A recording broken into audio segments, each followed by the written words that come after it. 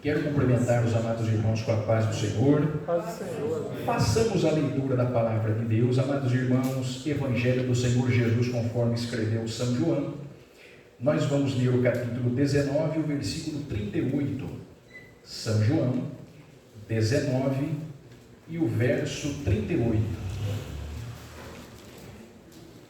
Esse esboço aqui é do meu pai, vou deixar de lado aqui. Vou usar o meu. São João, capítulo 19 e o verso 38, amados irmãos. São João, capítulo 19 e o verso 38.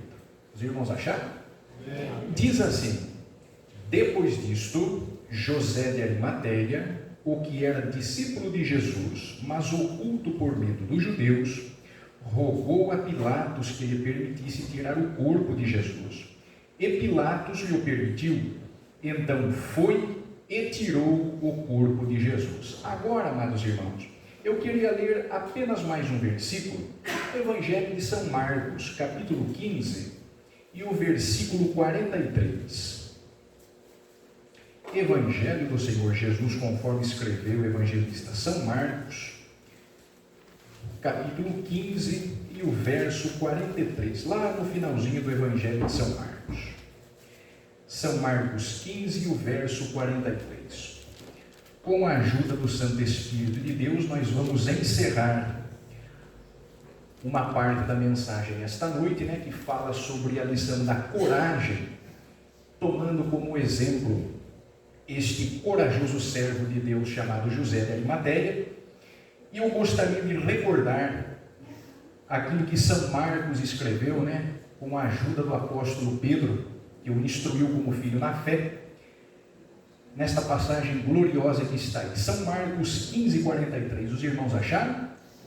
Diz assim, amados irmãos: chegou José de Arimateia, senador honrado, que também esperava o reino de Deus, e ousadamente, repitam comigo, irmãos, ousadamente, foi a Pilatos e pediu o corpo de Jesus. Amém? Deus em Cristo continue nos abençoando através da sua santa, bendita e gloriosa palavra. Meus amados irmãos, o tema desta mensagem os irmãos já sabem, Desde o dia 4 de janeiro nós estamos nela, estamos chegando no fim. Tem mais uma lição ainda que nós vamos falar as próximas noites, se Deus assim nos permitir, que é a lição da manifestação do Cristo ressurreto. Aí nós vamos encerrar essa mensagem aqui. Todos os irmãos devem se recordar que no culto anterior nós falamos um pouquinho de José de Arimateia, e nós terminamos aquele culto falando um pouquinho sobre comunhão.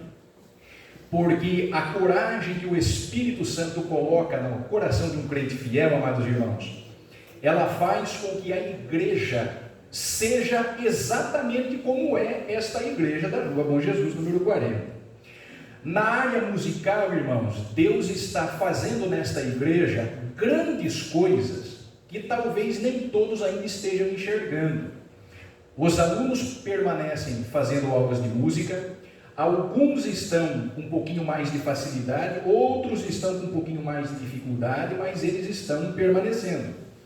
E eu fiquei muito feliz quando o irmão Geraldo recebeu este hino por revelação de Deus, e ele disse assim: pastor, eu ouvi uma voz que falou comigo lá dentro do meu coração, e disse assim: meu servo Geraldo, tu recebeste estas letras de mim, então eu quero que você faça uma música e uma letra e devolva esta música para mim. Glória a Deus. Irmão, só Jesus pode fazer isso.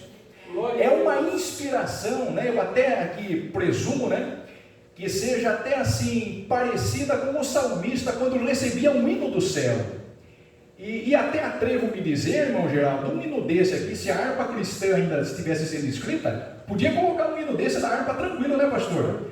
Porque são letras, irmãos, que não são da terra, são letras do céu, são letras divinas. Nenhum ímpio, por mais estudioso que seja, por mais conhecedor que seja, não pode receber estas coisas se o Espírito Santo não revelar.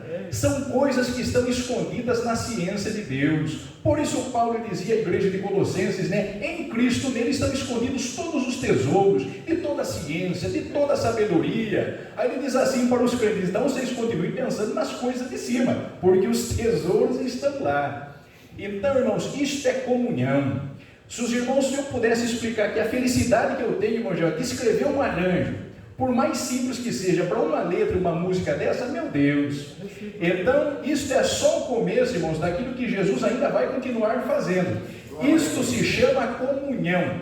E vamos ser honestos, na hora que os músicos se inteiraram e fizemos o ensaio ontem aqui à tarde, deu um pouco mais de coragem ainda, para continuar fazendo a obra de Deus. E é aqui que eu quero tomar esta mensagem esta noite, como ponto de partida, irmãos. E a primeira lição que eu quero destacar aqui é a seguinte: a coragem nos leva ao centro da vontade divina. Os irmãos repararam que a coragem de José contagiou Nicodemos, e Nicodemos foi junto com José.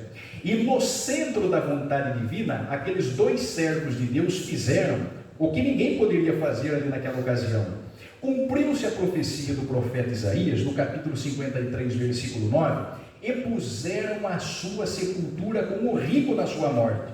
E eu queria colocar aqui dois exemplos muito importantes do Antigo Testamento, que diz respeito, irmãos, ao profeta Eliseu, quando ele estava no auge do seu ministério. Os irmãos vão entender. Os irmãos se lembram que no capítulo 6 de 2 Reis, os filhos dos profetas foram a Eliseu e disseram assim: olha, Eliseu, nós precisamos ampliar a escola de profetas aqui. Nós precisamos construir aqui algumas instalações melhores do que aquela que nós temos. Eram alunos corajosos, irmãos. Eles estavam prontos para os desafios que viriam pela frente. Aí eles foram lá com o professor Eliseu, Ele imagina o profeta Eliseu ali na sala da diretoria, da escola, o profeta Eliseu ali andando pela sala da coordenação. E aí os alunos disseram assim: professor Eliseu, nós podemos ir até o Jordão e cortar umas vigas de madeira para melhorar a situação da nossa escola aqui? Eliseu disse assim: claro que podem. Podem ir, meus filhos, podem ir. Aí os alunos arrumaram tudo, pegaram umas ferramentas, olharam tudo ali, carregaram tudo, mas de repente os alunos olharam assim: está faltando alguma coisa. E voltaram, estou parafraseando, dando uma folhadinha na mensagem já no começo. Foram lá com Eliseu na sala da diretoria da escola e disseram assim: professor Eliseu, serve de íris com os teus servos. Nós precisamos ir até ali, mas se o Senhor for conosco, vai ser melhor. Sabe por quê, irmãos? Os alunos eram corajosos, mas a presença do professor dá um pouco mais de coragem, não dá não? Irmãos, Eliseu disse assim: eu irei com vocês. E aí, chegando lá no Jordão, os irmãos conhecem a história. Um deles perdeu o ferro do machado, irmãos. A vergonha, o vexame, ai, meu Senhor, era emprestado. Irmãos, os alunos eram corajosos, eram homens de Deus. Eles estavam numa escola para aprender a profetizar. Agora, naquela etapa da escola, naquela etapa do curso, nenhum aluno ainda estava habilitado e com poder para fazer o ferro do machado flutuar. Mas o professor estava. Aonde é que o machado caiu? Aqui. Eliseu olhou e fez assim: olha, você já imaginou como é que ficou a coragem dos alunos depois daquele milagre? O livro de 2 Reis, irmãos, não está numa ordem cronológica, assim, numa linha do tempo, sabe? Mas um capítulo anterior, os irmãos se lembram que Naamã recebeu a cura. E qual foi, irmãos, o pontapé inicial da história? Uma menina foi levada como escrava. E os irmãos acreditam que a coragem do professor Eliseu contagiou até aquela menina. Na casa da senhora de Naamã, aquela senhora viu aquele homem, aquele guerreiro valente, valoroso, porém leproso. Aí a menina não aguentou. Antes o meu Senhor estiver em Samaria, diante do profeta, ele o restauraria da sua lepra.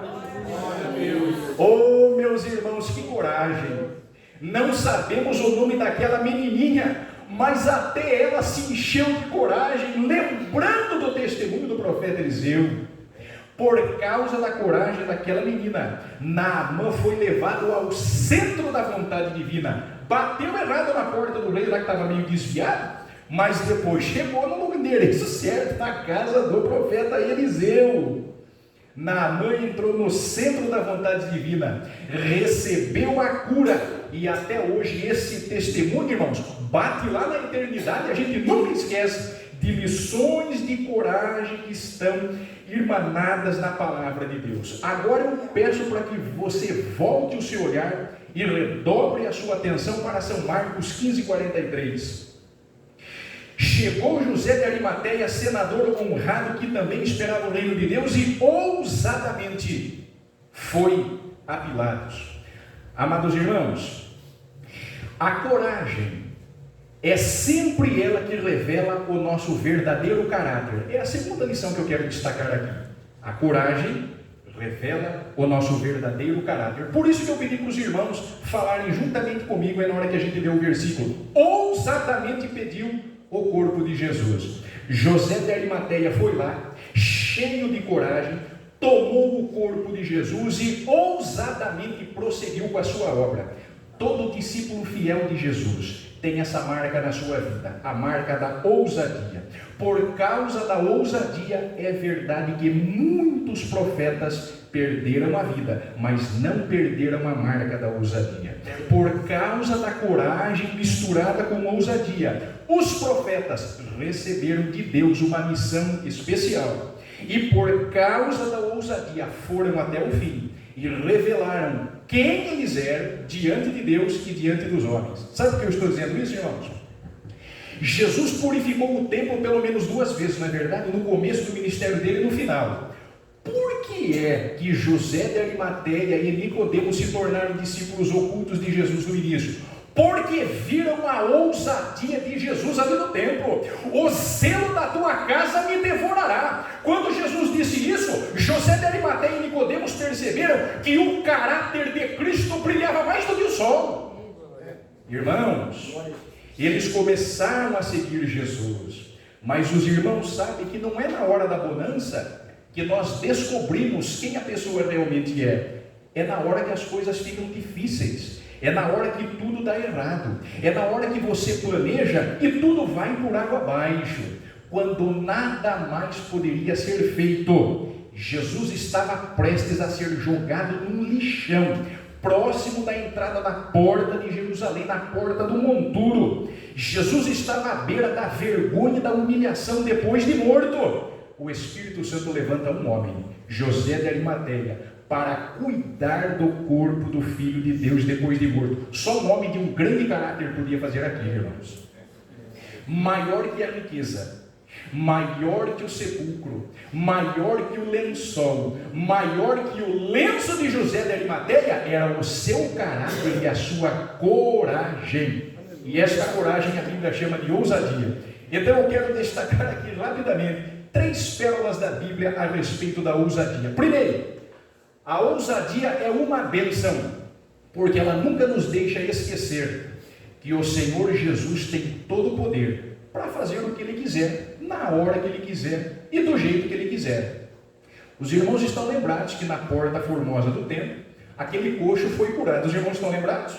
Aí as pessoas ficaram olhando assim para Pedro e João, né, e encarando os dois assim, mas também não era para menos, né, irmãos? O coxo, em vez de ele andar, ele pulava, ficaram encarando mesmo Pedro e João. Irmãos, Pedro só faz uma pergunta: porventura, vocês estão olhando para nós desse jeito porque vocês estão imaginando que é por causa da nossa virtude que este homem que tem mais de 40 anos está são diante de vós? Não é não! Mas é por causa de quem então? É por causa da virtude de Jesus Cristo Nazareno que este está são diante de vós. Prenderam os apóstolos e lá eles dizem o seguinte: vendo eles que estes eram homens de grande ousadia, mas indoutos e sem letras, reconheceram que haviam estado com Jesus. O mundo, irmãos, não gosta dos crentes. Não caia nessa de ser simpático ao mundo. O mundo não gosta de crente. Mas tem uma coisa: quando ele vê Jesus na sua vida, ele contempla a ousadia de Jesus na sua vida. E mesmo não gostando, eles acabam respeitando, porque há na tua vida uma unção, uma virtude, uma graça, uma autoridade que eles nunca vão ter. Segunda pérola, né, da ousadia na Bíblia. Por que a ousadia é uma bênção? Porque só ela nos dá poder para irmos até as últimas consequências. Pedro e João foram soltos. Eles foram lá no meio da igreja e contaram para os irmãos tudo o que tinha acontecido. Aí, irmãos, aconteceu um milagre. A igreja começou a orar coletivamente.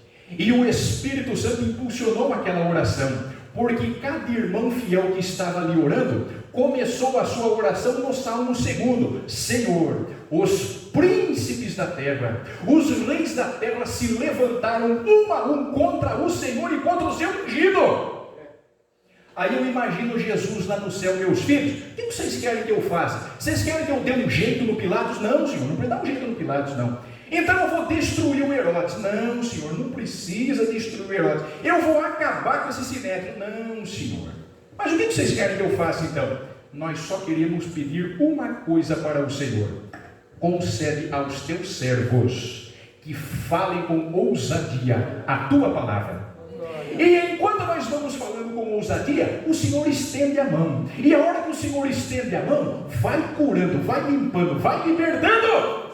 Aí a Bíblia diz assim: e tendo orado, moveu-se o lugar em que estavam reunidos, e todos foram cheios do Espírito Santo, e anunciavam com ousadia a palavra de Deus. Irmãos, moveu-se no original, sabe o que significa? O chão tremeu assim, e as paredes balançaram. Será que o Espírito Santo mandou poder naquela oração ou não? Os irmãos já imaginaram, se Jesus fizer isto aqui agora, o que não vai acontecer nessa cidade? A ousadia é uma bênção, pérola número 3, porque ela nunca nos deixa frustrados em relação aos planos de Deus. Paulo e Barnabé, tão cheios do Espírito, a Bíblia diz assim, cheios de ousadia, chegaram lá em Antioquia da Pisídia. Os judeus da sinagoga rejeitaram a mensagem deles. Aí Paulo se levanta e diz assim: era necessário que a vós se vos pregasse primeiro as palavras do Senhor, mas visto que as rejeitais e não vos julgais dignos da vida eterna, nós nos voltaremos para os gentios. Quando Jesus salvou a Saulo de Tarso, irmãos, Jesus falou para ele, Paulo, transformado em Paulo mais tarde, a sua prioridade na evangelização são os judeus, porque eu também tive esta prioridade. Eu não fui enviado senão as ovelhas perdidas da casa de Israel. Mas na hora que eles rejeitarem a mensagem, Paulo, eu farei de ti o doutor dos gentios. E foi o que ele fez. Irmãos, Colossenses 1,6 e Colossenses 1,23 está escrito que Paulo anunciou a palavra de Deus a todos os que estavam debaixo do céu. Praticamente o evangelho foi pregado no planeta inteiro da época. E o que aconteceu? O plano de Deus era alcançar toda a raça humana por meio do evangelho. Mas os judeus, tendo rejeitado, Paulo se levanta com ousadia. E por pelo menos 4 vezes ele disse assim: tendo, pois, grande ousadia, no meu modo de falar, 2 Coríntios 3,12. Aí ele dizia assim: grande é a minha ousadia para convosco, 2 Coríntios 7,4. E aí Paulo dizia mais: olha, vocês querem saber de uma coisa? Eu tenho ousadia também, hein? 2 Coríntios 7,28. Aí ele dizia assim: olha, no qual temos ousadia e livre acesso com confiança pela nossa fé nele, pela nossa fé nele, pela nossa fé nele. Efésios 3,12. Eu falo com você esta noite, amado irmão, que se sente um tanto vazio e perdendo tuas forças e a tua coragem, em razão das lutas, das tribulações, das angústias desta vida. Receba da parte do Espírito de Deus esta noite. Ouça o que o Espírito diz à igreja. Tendo, pois, irmãos, ousadia para entrar no santuário pelo sangue de Jesus. Meu amado irmão, Deus conhece o seu caráter. Deus conhece e reconhece a sua ousadia. Ainda que por um breve espaço de tempo aqui e agora, você esteja um tanto oculto, como esteve José de Arimateia, o Espírito Santo de Deus esta noite poderá renovar as tuas forças, para que você continue sua jornada, porque tu ainda serás um gigante na fé. Creia nesta palavra de todo o seu coração. Sua obra ainda não terminou, mas quando ela terminar, a trombeta toca, Jesus volta, e como o pastor falou, né? Estaremos na eternidade para sempre com Jesus. A terceira lição que eu quero destacar aqui, antes que eu encerre, é a seguinte, amados irmãos. Os irmãos perceberam que a coragem nos leva a agir no tempo certo. Ela não adianta e também não atrasa. Só Deus pode fazer isso. Porque Jesus nunca chega atrasado nas nossas vidas, amados irmãos. Esta é a terceira lição que eu destaco aqui. A coragem nos leva a agir no tempo certo de Deus. Quando a hora chegou, José de Arimateia deixou de ser um discípulo oculto para assumir corajosamente a sua posição como um valente servo de Jesus. Irmãos, o corpo dos piores criminosos, além de serem jogados no lixão fora de Jerusalém, como dissemos no início, era costume dos romanos também, dependendo da pena, principalmente os traidores de Roma, que eles ficassem apodrecendo pendurados na cruz. José de Arimateia foi até Pilatos, pediu o corpo, era a véspera do sábado, Jesus estava ali e eles tinham apenas 3 horas para fazer o serviço: remover o corpo da cruz, limpar, ungir, preparar, envelopar o corpo de Jesus naquele lençol, naquele lenço, e depositar o corpo dele no sepulcro. Mas os irmãos estão lembrados que em Gálatas 4:4, acho que o pastor leu esse versículo na leitura oficial ontem, né, pastor? Mas vinda a plenitude dos tempos, Deus enviou seu Filho, nascido de mulher, nascido sob a lei, para remir os que estavam debaixo da lei. Jesus veio ao mundo na hora certa, nasceu na hora certa, Deus enviou Jesus na hora certa, ele desenvolveu seu ministério 3 anos e meio na hora certa, e morreu na hora certa. E não é que na hora certa apareceu José de Arimateia? 3 horinhas. Nicodemos aparece lá com praticamente 47 quilos de um armatel, de unguento de nardo puro, para preparar o corpo de Jesus. E por incrível que pareça, não houve atrasos, não houve atropelo, não houve correria, e apesar da pressa, ninguém perdeu tempo, mas tudo foi feito na hora certa. Eu não sei o que é a opinião dos pastores, mas eu vou utilizar aqui, irmãos, um argumento bíblico, e eu quero dizer o seguinte: eu acredito piamente que o Espírito Santo de Deus concedeu a José de Arimateia uma revelação sobrenatural a respeito da hora da morte de Jesus e do local, lá no Gólgota, no Monte Caveira. Sabe por quê? José de Arimateia morava a 32 quilômetros da linha Arimateia, a cidade dos judeus, conforme Marcos escreveu aqui. Irmãos, todos os teólogos dizem o seguinte nos livros, inclusive pentecostais e reformados. Aqui parece que todo mundo concorda, né?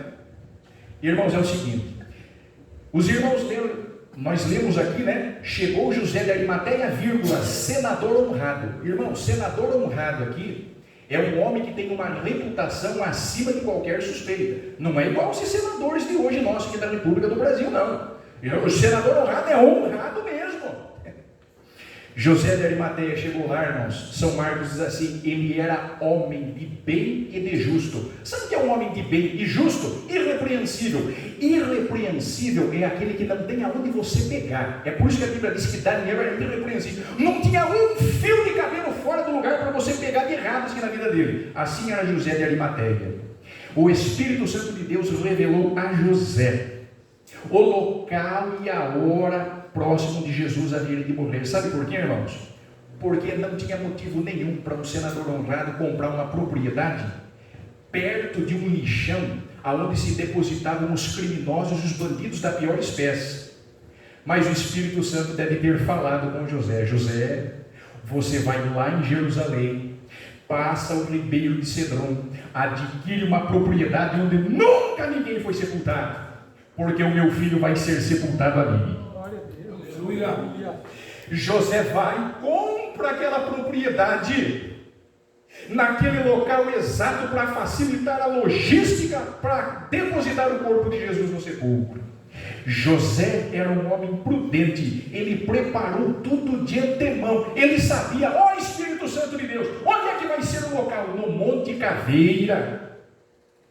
José de Arimateia preparou tudo, E ele concluiu a sua obra destinadamente, honradamente, e acolheu o corpo de Jesus, porque aquele corpo humano de Jesus seria o primeiro corpo da história a ser revestido de incorruptibilidade e de imortalidade, que é a doutrina da ressurreição dos mortos, escrita em 1 Coríntios 15, que é o capítulo da ressurreição da Bíblia.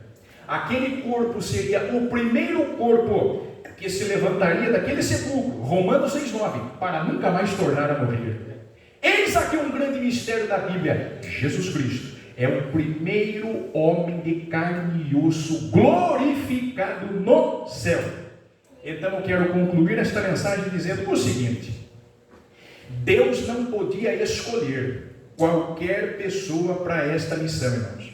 Deus designou José de Arimateia, que junto com Nicodemos fizeram aquele trabalho para Deus, tomaram o corpo de Jesus, não se preocuparam em se contaminar para, tocando um cadáver ali morto, para participar da Páscoa. Eles já tinham adquirido o melhor da Páscoa, o Cordeiro de Deus que tira o pecado do mundo. E a segunda coisa que eu quero destacar aqui é a seguinte: enquanto Jesus esteve vivo, o Pai permitiu que os inimigos tocassem no corpo do seu filho, mas depois de morto, o Pai não permitiu que nenhum dos inimigos de Jesus tocasse no seu corpo, somente os seus amigos. Deus não permitiu nenhum ímpio violar o corpo do seu filho. Agora, Jesus é o único homem na Bíblia que depois de morto, sem dizer uma palavra, fez dois novos amigos, José e Nicodemos. Com suas mãos removem o corpo de Jesus da cruz, o sepultam adequadamente, e dali no terceiro dia, Jesus Cristo ressuscita dentre os mortos, e sai daquele sepulcro de portas fechadas. Jesus ressuscita, sai de portas fechadas. Aí Jesus diz assim para o anjo: agora que eu saí, pode descer, faz um terremoto aí, deixa todo mundo assombrado aí da parte de Pilatos. As mulheres vêm: cadê o corpo, irmão? Jesus já tinha ressuscitado.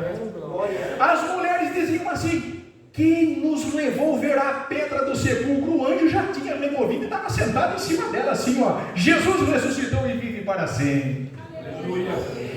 Que a coragem deste servo de Deus, irmãos, nos inspire a irmos até o fim. Porque quando nós chegarmos no céu, nós não vamos ver um corpo morto, não.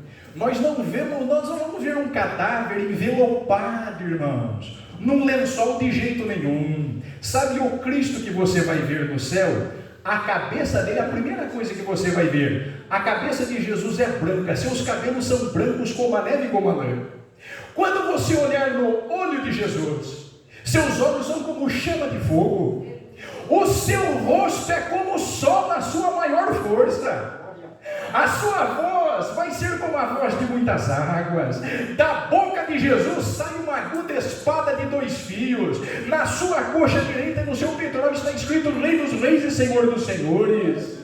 Oh, meus irmãos, é este o Cristo que você vai ver no céu. Você vai olhar nos pés de Jesus assim, olha, pés que são semelhantes a latão, refinados numa fornalha 7 vezes. Quando nós estivermos frente a frente com Jesus, talvez Jesus diga para cada crente fiel aqui, ou mesmo que ele disse para João, em Apocalipse 1,18: eu sou aquele que fui morto, mas eis aqui, estou vivo para todo sempre, e tenho nas minhas mãos as chaves da morte e do inferno. É este o Cristo que tu vais encontrar no céu dentro de breve. Deus abençoe a todos no maravilhoso nome do Senhor Jesus. Amém.